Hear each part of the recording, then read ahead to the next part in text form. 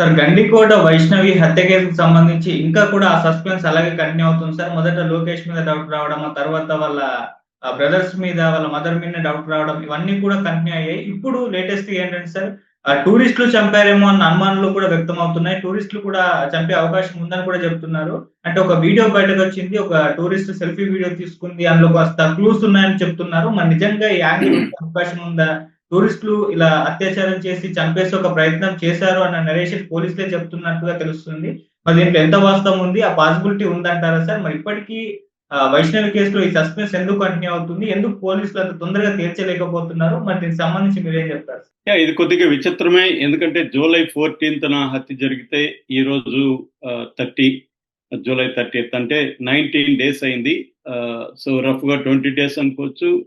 ఈ 20 రోజుల్లో పోలీసులు ఎందుకు ఇప్పటికి కూడా కేసును ఒక కొలిక్కి తీసుకుని వచ్చి ఎవరు చంపిందని నిర్దిష్టంగా చెప్పలేకపోతున్నారు అనేది పెద్ద పజిల్గా మారింది. అయితే ఇప్పుడు లేటెస్ట్ గా అనఫిషియల్ గా పోలీస్ ఒక విషయాన్ని లీక్ చేశారు. అదేంటంటే ఇటు లోకేష్ చంపలేదు, అటు పరువు హత్య కాదు, లేకపోతే గాంజా బ్యాచ్ కూడా చంపలేదు. ఇది క్లియర్ గా అక్కడికి వచ్చిన టూరిస్టులే చంపారు. దానికి కారణం ఏంటంటే ఒక సెల్ఫీ వీడియో దొరికింది అనేది ఇప్పుడు కొత్తగా వస్తున్న వార్త. సో మనం కొద్దిగా వెనక్కి వెళ్తే పసుపులేటి కొండయ్య, దస్తగిరమ్మ ఇద్దరు భార్య భర్తలు. వీళ్ళది హనుమగుత్తి అనే ఒక విలేజ్, ఎర్రగొంట్ల మండలం. సో వీళ్ళకి ఒక బాబు పాప ఉన్నారు. పాప పేరు వైష్ణవి, బాబు పేరు బ్రహ్మయ్య. సో వీళ్ళు ఈ పాప ఫస్ట్ ఇయర్ ఇంటర్మీడియట్ లో ఉన్నప్పుడు పక్కనున్న లోకేష్ అనే ఒక అబ్బాయిని లవ్ చేసింది. ఆ అబ్బాయి కులం వేరు, ఆ అబ్బాయికి క్యారెక్టర్ బాగాలేదని గాంజా బ్యాచ్ తో తిరుగుతుంటాడని, ప్లస్ అబ్బాయి పూర్ అని కూడా అంటున్నారు. సో ఈ నేపథ్యంలో పంచాయతీలు జరిగాయి. అబ్బాయిని వీళ్ళ బ్రదర్స్, ఇంకొక కజిన్స్ కూడా సురేంద్ర అని కొండయ్య అని ఇద్దరు కజిన్స్ ఉన్నారు. సో వీళ్ళందరూ కలుసుకుని అబ్బాయిని కొట్టారని కూడా అంటున్నారు. మొత్తానికి అబ్బాయి మేనమామ పంచాయతీ చేసి ఇక మీదట మావాడు మీ అమ్మాయి జోలికి రాడని ఒక ఒప్పందం కుదుర్చుకున్నారు. అయినా కూడా సీక్రెట్ గా వీళ్ళిద్దరూ మాట్లాడుకోవడం, కలవడం చేస్తుండడంతో ఆ ఊర్లో ఉంటే ఇది కష్టం అని చెప్పి వీళ్ళు 4 నెలలకు ముందు ప్రొద్దుటూరు వచ్చేసి ఒక గీతం కాలేజీలో ఈ అమ్మాయిని చేర్చారు. దానికి కాలేజీకి దగ్గరున్న సార్వకట్ట వీధిలో వాకబుల్ డిస్టెన్స్ లో ఇల్లు తీసుకొని ఉంటున్నారు. ఈ నేపథ్యంలో ఈ అమ్మాయి ఈ మంత్ 11న వీళ్ళ అమ్మ ఫోన్లో నుంచి ఇన్స్టాగ్రామ్ లో ఆ అబ్బాయితో చాట్ చేసింది లోకేష్ తో. ఇట్లా 14న మా బ్రదర్ ఊరు వెళ్తున్నాడు, మా అమ్మ కూడా ఊరు వెళ్తుంది, నేను కాలేజీకి వస్తాను, నన్ను నువ్వు పికప్ చేసుకు మనం గండికోటకి వెళ్దామని ఆ అమ్మాయి మెసేజ్ పెట్టింది. ఎందుకంటే గతంలో కూడా వాళ్ళు గండికోటకి వెళ్ళారు. గండికోటలో అయితే ప్రైవసీ ఉంటుంది, అక్కడ హరిత గెస్ట్ హౌస్ ఉంటుంది, అక్కడ రూమ్ తీసుకుని వాళ్ళు స్పెండ్ చేయడం అనేది గతంలో కూడా చేశారు. వీళ్ళిద్దరి మధ్య మళ్ళీ ఏమన్నా కలుస్తారేమని వీళ్ళ బ్రదర్ బ్రహ్మయ్య గాని కొండయ్య గాని అమ్మాయిని కాలేజీకి బైక్ లో తీసుకెళ్లి డ్రాప్ చేసి మళ్ళీ పికప్ చేసుకుని వస్తుంటారు. అయితే ఆ రోజు ఊరు వెళ్ళడం వల్ల ముందే తెలియడం వల్ల ఈ అమ్మాయి ప్లాన్ చేసింది. అట్లాగే 14th ఈ అమ్మాయి కాలేజీకి వెళ్ళింది. వీళ్ళ బ్రదర్స్ ఊరు వెళ్ళారు. వీళ్ళమ్మ సొంత ఊరు హనుమగుత్తికి వెళ్ళింది. అక్కడ సురేంద్ర బ్రదర్ని కలిసి ఏదో డాక్యుమెంట్స్ కోసం వాళ్ళు ప్రయత్నాలు చేస్తుంటే కాల్ వచ్చింది కాలేజీ నుంచి. ఈ అమ్మాయి ఫ్రెండ్స్ చేశారు, అమ్మ కాలేజీకి మీ పాప రాలేదని చెప్పారు. దాంతో వాళ్ళకి డౌట్ వచ్చింది. ఈ లోకేష్ వాళ్ళ మామకు ఫోన్ చేశారు. లోకేష్ ఎక్కడంటే ఊరు వెళ్ళాడన్నారు. దాంతో సురేంద్ర వాళ్ళ మదర్, ఆ అమ్మాయి వాళ్ళ మదర్ దస్తగిరమ్మ ఇద్దరు కలిసి కాలేజ్ దగ్గరికి వచ్చారు. కాలేజీలో అప్పటికి వాళ్ళ ఫ్రెండ్స్ చెప్పారు, ఇలాగా గండికోటకి వెళ్ళింది ఆ అమ్మాయి అని చెప్పి. దాంతో వీళ్ళకి క్లారిటీ వచ్చింది, ఈ అమ్మాయి వాడు మళ్ళీ గండికోటకి వెళ్ళినట్టు ఉన్నారని. సో ఆ అబ్బాయి కూడా సురేంద్ర కూడా ఆమెను అక్కడే వదిలిపెట్టి సురేంద్ర మాత్రం బైక్ లో గండికోటకి వెళ్ళాడు. ఇక్కడ ఏం జరిగిందంటే 8:30 నిమిషాలకు వీళ్ళిద్దరూ గండికోటలోకి పల్సర్ బైక్ మీద ఎంటర్ అవ్వడం, లోకేష్ వెనక సీట్ లో ఈ అమ్మాయి ఎంటర్ అవ్వడం అనేది అక్కడ సీసీటీవీ ఫుటేజ్ లో బయటకు వచ్చింది. అంటే 2 రకాల సీసీటీవీ ఫుటేజ్లు ఉన్నాయి. ఒకటేమో టోల్ గేట్ దగ్గర ఒకటి ఉంది, గండికోట ఎంట్రన్స్ దగ్గర ఒకటి ఉంది. 2 దీంట్లో వీళ్ళు కనిపించారు. ఆ తర్వాత 10:40 ఈ అమ్మాయిని తీసుకొని ఆ గేట్ దగ్గర ఎంట్రన్స్ దగ్గర అమ్మాయిని వదిలేసి తను ఒక్కడే బయటకు రావడం కూడా లోకేష్ బయటికి రావడం కనిపించింది. దాని తర్వాత 9 నిమిషాలకు కూడా అమ్మాయి అక్కడ కెమెరాలో కనబడింది, ఎంట్రన్స్ దగ్గర ఉన్న కెమెరా. ఆ తర్వాత ఆ అమ్మాయి ఆచూకీ లేదు. ఈ అబ్బాయి వెళ్ళిపోయిన 25 నిమిషాల తర్వాత సురేందర్ లోపలికి వెళ్ళాడు. అతను ఒక 20-25 మినిట్స్ వెతికేసి కనిపించలేదని బయటకు వచ్చేసాడు. సో ఆ తర్వాత ఆ అమ్మాయి చనిపోయింది. అంటే ఈవినింగ్ వరకు వీళ్ళు ఇక్కడే ఉన్నారు. ఈవినింగ్ పోలీసులకి కంప్లైంట్ చేశారు, కాలేజ్ దగ్గర ఉన్నారు, ఈవినింగ్ వరకు వస్తుందేమని.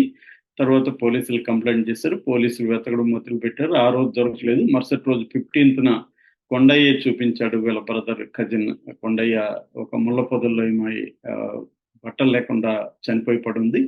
దాని తర్వాత పంచనామా చేశారు. ఆ అమ్మాయిని తీసుకెళ్లి పోస్ట్ మార్టం ఇదంతా చేశారు. పోస్ట్ మార్టంలో 12 నుంచి 1:45 మధ్యలో ఈ హత్య జరిగినట్టుగా వచ్చింది. దాని తర్వాత వీళ్ళు మొదట లోకేష్ని అనుమానించి లోకేష్ని తీసుకెళ్లి కొట్టారు. లోకేష్ మొత్తం వివరాలు చెప్పాడు. దాని తర్వాత టెక్నికల్ గా అతను ఫోన్, టవర్ లొకేషన్ ఇవన్నీ పరిశీలించి ఆ టైంలో చంపేసిన ఆ టైంలో ఈ అబ్బాయి అక్కడ లేడని నిర్ధారించుకొని అతన్ని రూల్డ్ అవుట్ చేశారు. నెక్స్ట్ వచ్చి ఇది పరువు హత్య కావచ్చు అని చెప్పారు. ఈ కొండయ్య, బ్రహ్మయ్య, సురేంద్ర వీళ్ళ ఫోన్లు ట్రాక్ చేశారు. సెల్ టవర్ ఇది. ఫస్ట్ ఏమో మనకి వార్తలు ఏముందంటే వీళ్ళ ఫోను అక్కడే ఉన్నాయి, అక్కడక్కడ జరుగుతున్నారు కాబట్టి వీళ్ళే చంపుంటారు అన్న ఇది వచ్చింది.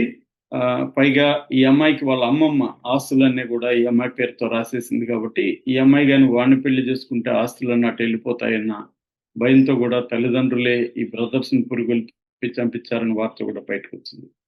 సో దాని తర్వాత పోలీసులు అది కూడా నిర్ధారణ కావట్లేదని చెప్పి వేరే దీని మీద పెట్టాలని చెప్పి మొత్తం 18 టీములను ఫామ్ చేశారు, దాదాపు 50 మందితో.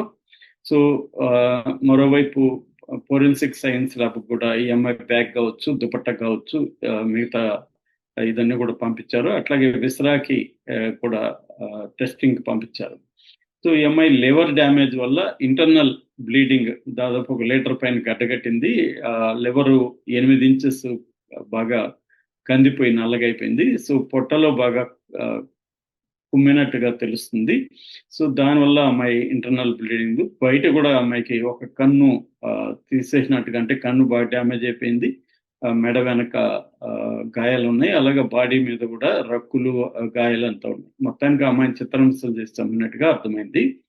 సో ఈ నేపథ్యంలో ఏంటంటే గాంజా బ్యాచ్ కూడా అక్కడ ఉంటుంది. గాంజా బ్యాచ్ ఏమన్నా చంపారనుకున్నారు. పక్కన టవర్స్ 2 ఉన్నాయి. ఒకటి ఈ పక్కన ఒక నది ఉంది. ఆ నదికి వెనక ఒక జాతర జరుగుతుంది, అక్కడ ఒక టవర్ ఉంది.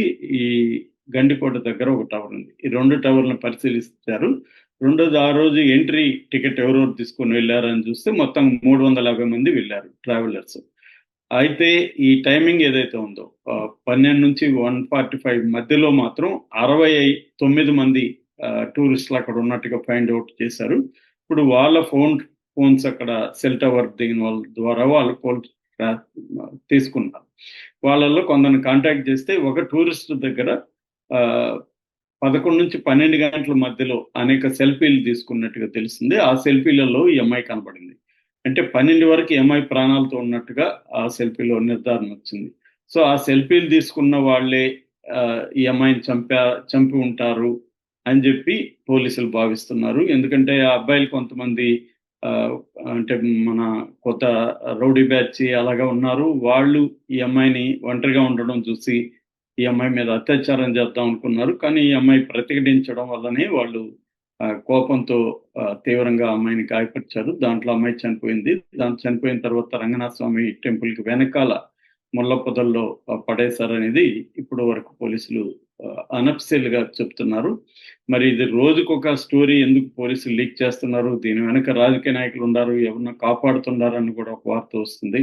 లేకపోతే 18-19 రోజులు అయిపోయి ఈ రోజు 19వ రోజు, 19 రోజులు అవుతున్నా కూడా ఇప్పటి వరకు కనిపెట్టలేకపోవడం. 18 టీములను ఫామ్ చేశామంటున్నారు. దీన్ని అడిగితే కర్నూలు రేంజ్ డిఐజీ కోయ ప్రవీణ్, మా దగ్గర దివ్య శక్తులు లేవు, మేము మానవ శక్తులతోనే పనిచేస్తున్నాం, ఓన్లీ మాకు సీసీటీవీ ఫుటేజ్ ఇంకేం లేవు, టెక్నికల్ ఎవిడెన్స్ ద్వారానే మేము పట్టుకోవాలి, దానివల్లనే లేట్ అవుతుంది అనేది ఆయన చెప్తున్నారు. సో ఇది ఏది నిజమంటే మనము స్పెషల్గా మనమేమి ఇన్వెస్టిగేట్ చేయలేదు కాబట్టి మనం చెప్పలేము. పోలీసులే ఫైనల్గా చెప్పాలి. అయితే ఇక్కడ అనేక అనుమానాలు అయితే వస్తున్నాయి. రోజుకొక స్టోరీ ఎందుకు వదులుతున్నారు, ఎవరినో కాపాడడానికి టూరిస్టుల పేరుతో ఎవరినో అమాయకులను దీంట్లో ఇరికిస్తారా? లోకేష్ ఏమయ్యాడు? లోకేష్ని ఇంటికి పంపించకుండా మా దగ్గర లేదని చెప్తున్నారు, ఇంటికి వెళ్లకుండా అబ్బాయి ఏమయ్యాడు? ఆ అబ్బాయిని ఏమైనా చంపేస్తారా? ఇలాంటి అనేక అనుమానాలు అయితే ప్రజలకు ఉన్నాయి. వీటన్నిటిని క్లారిఫై చేయాల్సిన బాధ్యత పోలీసుల మీద ఉంది.